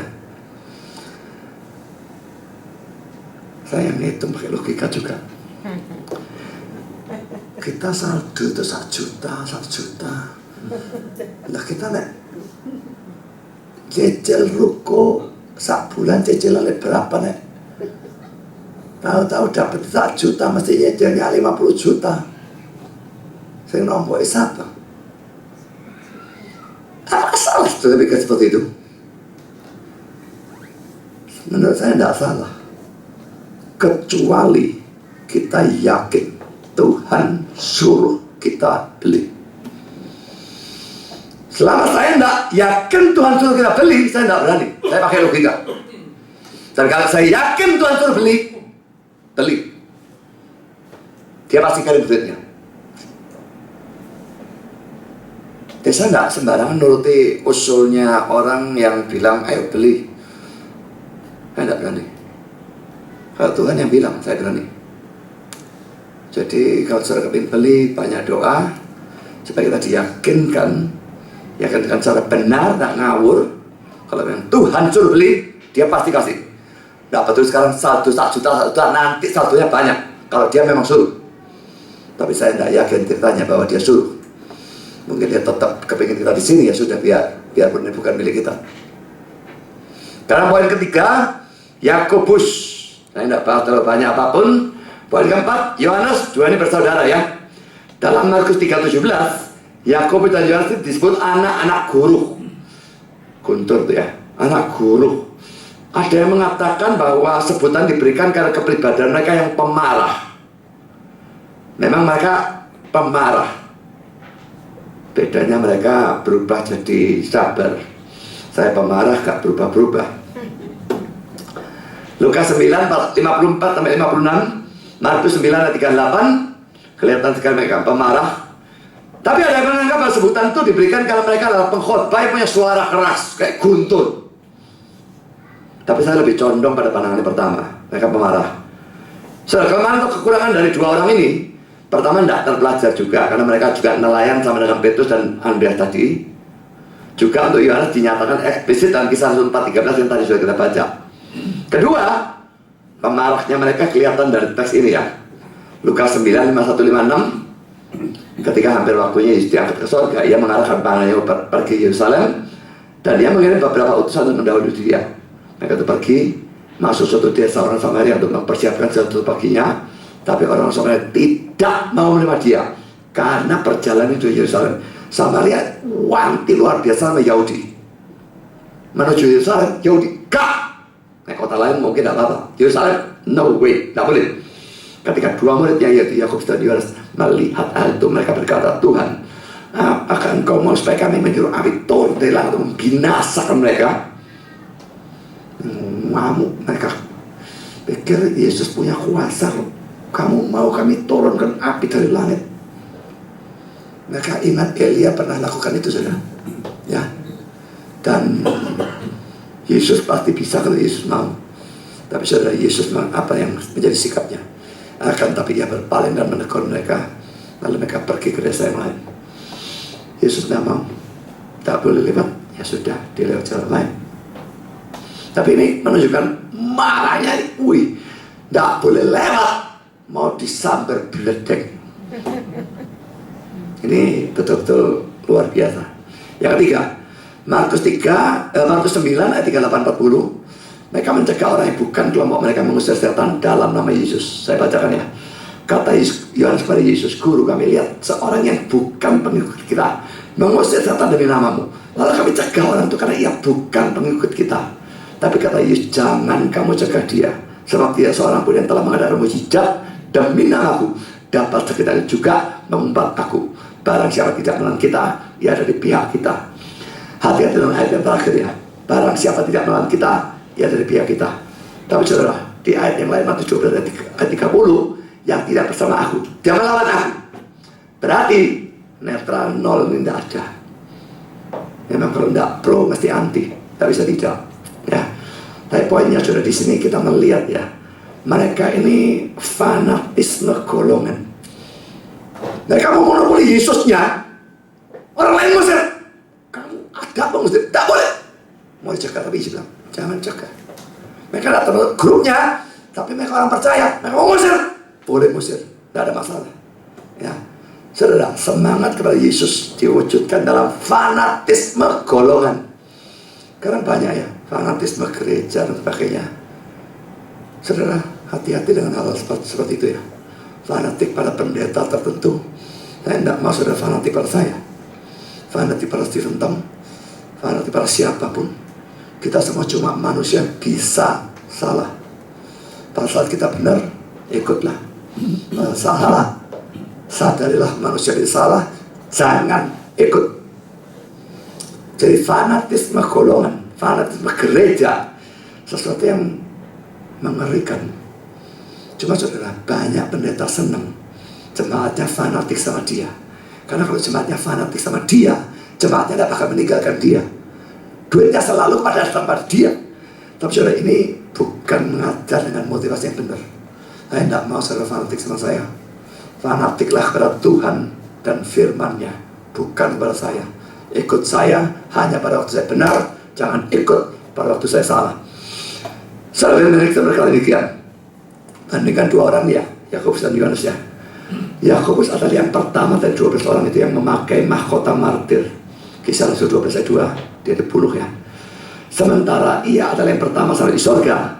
Saudaranya Yohanes kemungkinan besar merupakan yang terakhir berada atau tinggal di bumi. Bukan kemungkinan besar, pasti saudara ya. Yohanes yang terakhir mati dari 12 rasul. Yakobus yang pertama, tapi Yudas tadi dihitung ya. Yakobus mati pertama ya, dipenggal dalam Kisah Rasul 12 ayat 2. Saudaranya terakhir, aneh. Dua saudara, satu mati nomor 1, satu mati terakhir. Poin E, Filipus, kelemahan atau kekurangannya. Pertama, bersandar pada logika atau matematika sama seperti tadi ya. Yohanes 6, 5 dan 7, ketika Yesus memandang sekelilingnya dan melihat bahwa orang banyak berbondong-bondong datang pada berkata, ia pada Filipus, di manakah kita akan membeli roti supaya mereka dapat makan? Ayat 7 jawab Filipus kepadanya, roti seharga 200 dinar tidak akan cukup untuk mereka ini, sekalipun masing-masing mendapat sepotong kecil saja. Matematiknya jalan. Yang tadi bilang 5 roti untuk 5.000, mana bisa cukup? Bisa nanti parut. Ini 200 dinar gak cukup. Duit kita juga ada. Matematik lagi. Lalu saudara, kelemahan kedua, lamban mengerti. Yang 14 ayat 8 dan 9. Kata Filipus kepada Tuhan, tunjukkanlah Bapa itu bagi kami, itu sudah cukup bagi kami. Kata Yesus kepadanya, telah sekian lama aku bersama kamu Filipus, namun engkau tidak mengenal aku. Barang siapa telah melihat aku, ia telah melihat Bapa. Bagaimana engkau berkata tunjukkanlah Bapa itu pada kami? Jelas bahwa dia ini lamban ngerti. Sebenarnya semua rasul sebelum hari Pentakosta dapat Roh Kudus, lamban mengerti. Dan itu ya menunjukkan ya betapa bodohnya kita kalau tidak ada pekerjaan Roh Kudus. Kita betul bersandar kepada dia. Kita boleh pintar luar biasa secara sekuler, IQ yang tinggi, tapi begitu dalam hal rohani, nol besar. Lalu bukan Roh Kudus menjadikan kita, melahirkan kita, memberikan pencerahan, memberikan pengertian, kita bodohnya setengah mati. Mereka bodoh semua, bukan dia tok. Semua lamban mengerti sampai setelah hari Pentakosta di Roh Kudus, baru itu perbedaan terjadi luar biasa. Karena poin F, Bartolomeus atau Nathanael. Saudara, Bartolomeus itu artinya anak dari Ptolomai, dan ini bukan nama yang sesungguhnya. Nama sesungguhnya Nathanael muncul dalam Yohanes 1 ayat 45 sampai dengan 51. Saudara, kata-kata dalam Yohanes 1:46 menunjukkan bahwa orang ini punya sentimen ya, rasa tidak senang terhadap kota Nazaret. Pada Nazaret tempat Yesus dibesarkan, tapi akhirnya dia toh menjadi pengikut Yesus, orang Nazaret. Kita lihat Yohanes 1:46. Kata Nathanael kepadanya, mungkinkah sesuatu yang baik datang dari Nazaret? Dia diajak dari kanak Yesus. Dari mana? Nazaret. Nazaret, mana ada orang bagus datang dari sana? Sentimen saudara. Tapi saudara, akhirnya dia ketemu Yesus. Dia bisa jadi pengikutnya, jadi rasul, dan bahkan akhirnya mati syahid. Kan saudara, jangan takut memberitakan Injil ataupun firman Tuhan kepada orang-orang yang sentimen terhadap kekristenan, atau sentimen terhadap reform, atau terhadap siapapun. Boleh sentimen, tetap Injil. Pertobatan tidak tergantung kita yang Injil, tidak tergantung dia diinjili, tapi tergantung Tuhan. Jadi kalau ngomong orang bejat, orang keras, orang sadis, orang jahat, orang anti Kristen, Paulus itu kurang apa saudara? Total semua, dia semua sama dia. Tapi dia bertobat dari rasul dan mati syahid. Oh dia bisa, kenapa orang lain tidak bisa? Jangan tidak nginjil, karena orangnya begini, karena orang itu. Pokoknya nginjil dulu. Kalau tidak, urusan dia dengan Tuhan. Karena poin G, Matius, sebagai seorang pemucukai, dia bekerja pada pemerintah Romawi. Dia pasti adalah orang yang mata duitan dan kejam, karena dia rela memeras rakyat dengan menaikkan pajak. Ini pemucukai semua demikiannya. Orang Roma tidak mau tahu. Pokoknya katakanlah pajaknya 100 dinar, 100 dinar. Sana naikkan 300, dia tidak mau tahu. Pokoknya kamu kasih aku 100. Dan pemucukai korupsi semua. Sudah kerja pada pemerintah kafir penjajah, korupsi meras rakyat. Mereka ini sampah yang dibenci luar biasa oleh orang-orang Yahudi. Ini Matius. Karena poin H, Thomas, kekurangan atau kelemahannya. Pertama saudara, dia seorang pesimis yang selalu mengharapkan yang terjelek. Mati nah, selalu mengharapkan terjelek. Waktu Yesus berkata Lazarus itu mati, kita lihat ya, Yohanes 11 ayat 16. Lalu Thomas yang disebut Didimus berkata kepada teman-temannya, yaitu murid yang lain, marilah kita pergi juga untuk mati bersama-sama dengan dia. Mengapa tuh? Ada orang mati, ayo pergi sana mati bareng. Ya ini pesimis yang sama sekali tidak masuk akal. Ya lalu saya kira sangat terkenal ya poin kedua, Yohanes 20 ayat 24 28. Yesus sudah bangkit, 10 murid semua menyaksikan, Thomasnya tidak hadir. Dan Thomas hadir diberitahu, kami melihat Yesus bangkit. Sebelum aku mencocokkan jariku dalam bekas paku tangannya, mencocokkan tanganku dalam bekas tombak di lambungnya, aku tidak bakal percaya. Tapi Yesus bermurah hati, menampakkan diri, dan Thomas akhirnya percaya. Tidak mau percaya kalau tidak ada bukti. Ini kelemahan dia.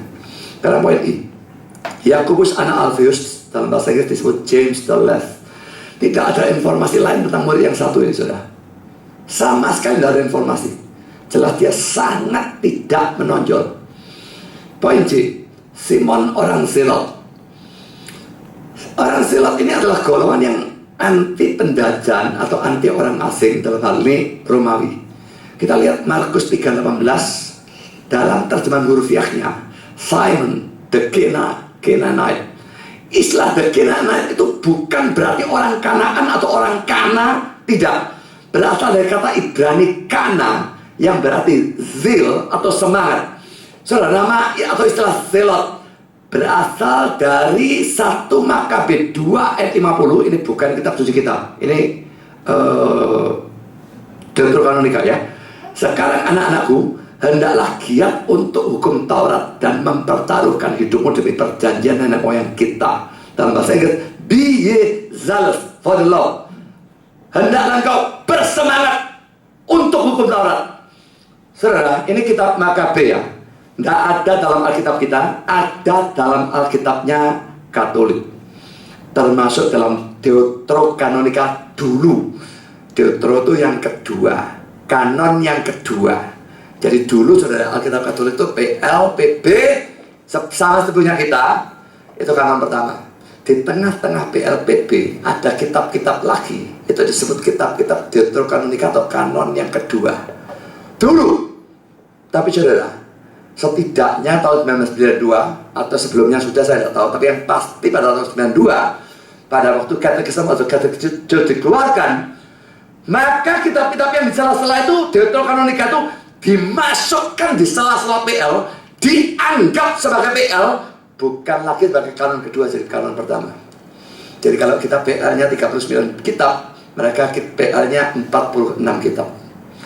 Kita yang mengurangi atau mereka yang nambahi, itu dipertengkarkan habis-habisan. Tapi saya yakin jelas tak ada kemungkinan kita yang mengurangi, mereka yang nambahi.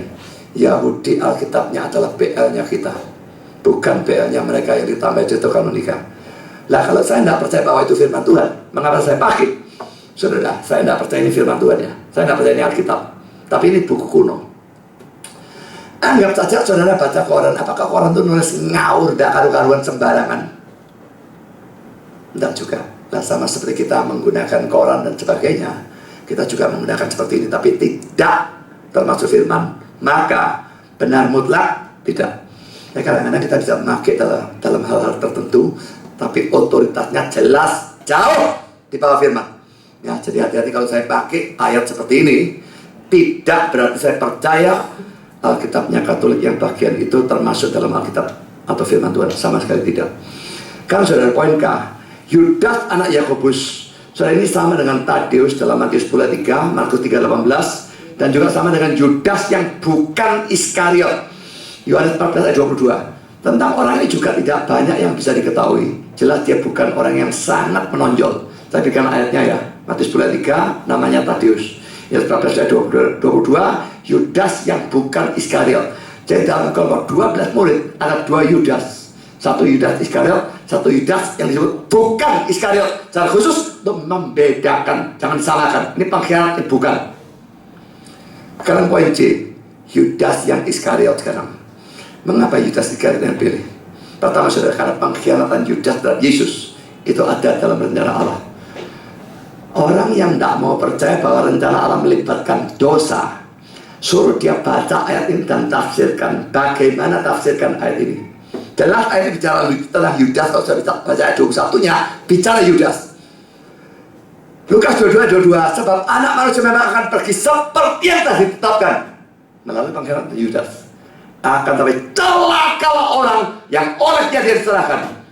Pengkhianatan Yudas ditetapkan, mesti terjadi. Tapi karena ditetapkan, lalu Yudas tidak bertanggung jawab, tidak bisa. Ditetapkan harus terjadi, tapi tetap dia waktu melaksanakan dengan kemauannya sendiri. Dia tetap bertanggung jawabkan. Itu Yesus berkata, celakalah orang yang olehnya dia diserahkan. Dan inilah teologi reformnya. Kita percaya Allah berdaulat menetapkan segala sesuatu. Tapi pada saat yang sama kita percaya manusia punya tanggung jawab. Kalau ini dibuang, muncul apa yang disebut hyper Calvinis. Kalau ini yang dibuang, muncul apa yang disebut Arminian. Tapi reform menerima dua-dua, biarpun kita bukannya tidak melihat dua ini kelihatannya kayaknya tidak cocok, tapi dua-dua diajarkan secara jelas dalam Alkitab, bahkan dalam satu ayat yang sama. Jadi kita terima dua-dua, tidak peduli bisa harmoniskan atau tidak. Allah menetapkan, manusia tanggung jawab. Dua-dua harus diterima. Dan Alexander kali demikian. Kelompok ini bahkan mencakup orang yang akan menjadi pengkhianat, supaya tanpa membuang tanggung jawab manusia, rencana Allah mengenai keselamatan umatnya bisa dilaksanakan tanpa membuang tanggung jawab manusia. Ingat itu. Buat komentar itu kalau demikian.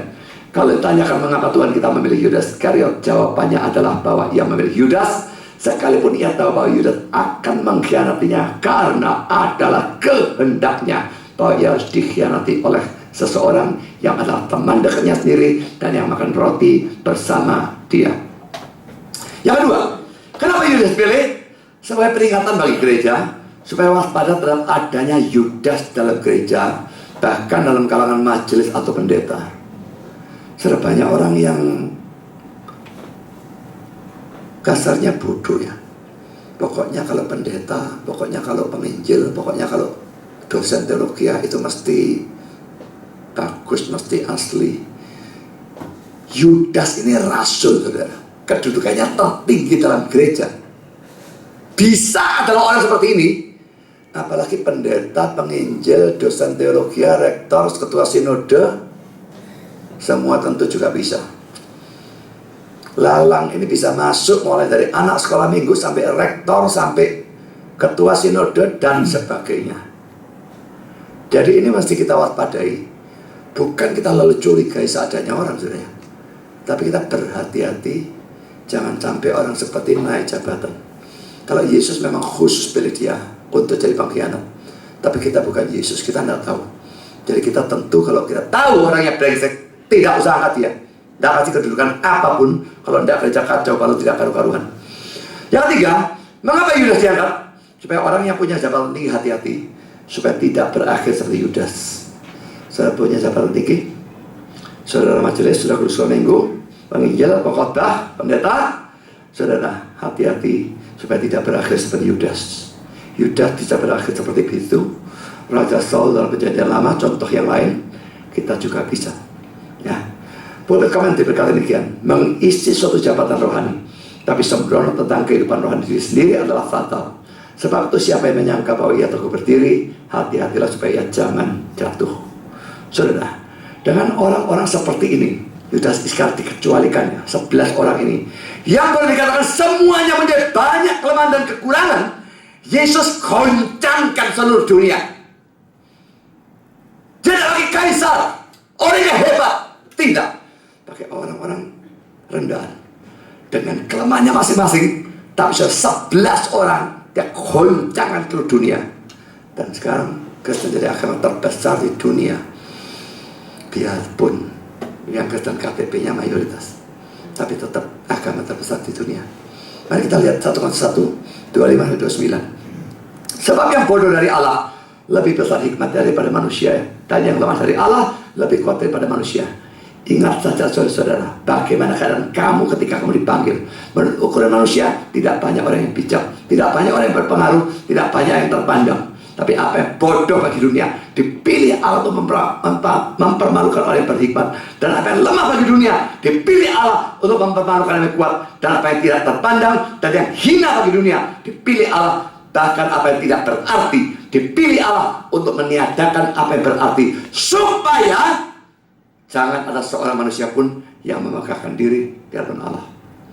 Seandainya dia pakai kaisar Romawi, goncangkan dunia, wah, kaisarnya akan tepuk dada, aku kaisar. Jadi murid Yesus terkenal sekarang Kristen. Tapi ini nelayan-nelayan, kerucuk-kerucuk, goblok-goblok dengan semua kelemahan masing-masing, 11 orang goncangkan dunia. Kelihatan ini bukan kuasa orang ini, kuasa dari Tuhan. Tuhannya dipermuliakan, bukan orangnya. Saudara, kan itu kalau saudara punya kelemahan, kekurangan, atau kalau saudara bukan orang yang punya karunia-karunia yang hebat dan sebagainya, jangan beranggapan Tuhan tidak mau, Tuhan tidak bisa memakai saudara. Asal saudara mau menyerahkan diri untuk dipakai oleh Tuhan dan mau tunduk pada Dia, Tuhan mau dan bisa memakai saudara sebagai alatnya yang hebat, yang sangat berguna untuk kemuliaan-Nya. Sekarang poin ketiga, saudara, dan terakhir, sifat-sifat atau keadaan atau orang yang bertentangan dalam kalangan murid Yesus. Ini ada orang-orang yang wah, sifatnya gak cocok belas ya. Pertama, saudara, Petrus yang optimis kontras sekali dengan Thomas yang pesimis. Bagaimana dua orang seperti itu diangkat jadi satu panitia gitu ya. Satu optimis, satu pesimis, ya tabuhan saudara. Mau ngadakan acara begini, yang optimis, kita berhasil. Gak iso, gak cokal, notot ya. Wah, tukaran saudara ya. Tapi ini masuk satu kelompok. Kedua, poin B, orang yang menonjol dari Petrus kontras dengan orang yang tidak menonjol atau sangat tidak menonjol, seperti Yudas anak Yakobus dan Yakobus anak Alfius.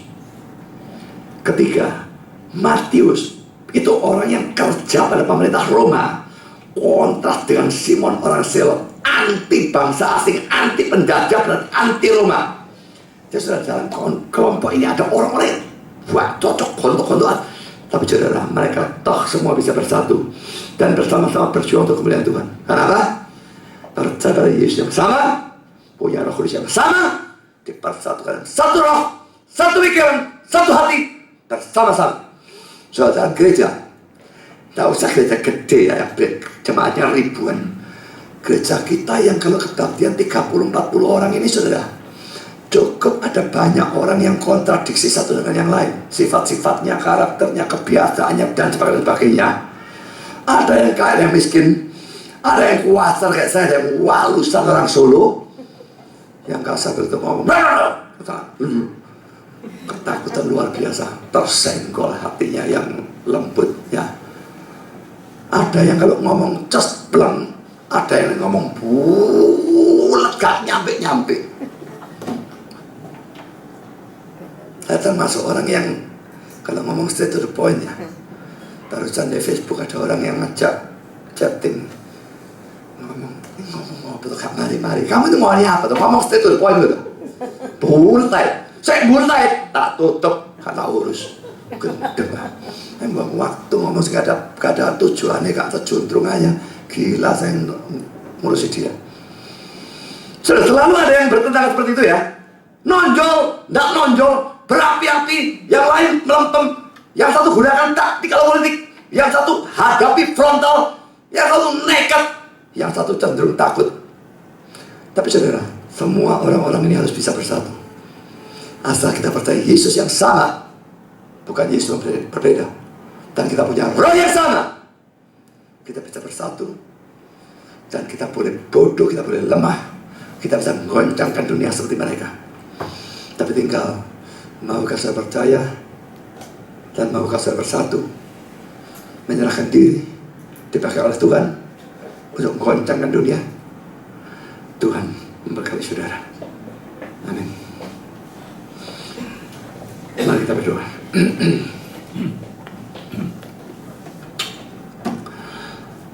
Bapa di surga, terima kasih Engkau tapi mensertai berkati dalam sepanjang acara firman. Kami sudah melihat orang-orang yang Kau pilih dan kami belajar banyak hal tentang doa, tentang harus belajar firman, tentang kesetiaan, juga tentang sifat-sifat yang berbeda tapi bisa dipersatukan. Orang yang lemah, yang bodoh, yang bisa dipakai oleh Tuhan. Tuhan, kami ingin menyerahkan diri kami. Tolong pimpin dan persatukan kami. Berikan kerelaan untuk berkorban, kerelaan untuk betul-betul berjuang bagi Engkau, supaya kami biarpun kelompok kecil yang kelihatan tidak berarti bisa menjadi alat-Mu yang hebat menggoncangkan dunia. Terima kasih Bapa, dalam nama Yesus kami berdoa. Amin.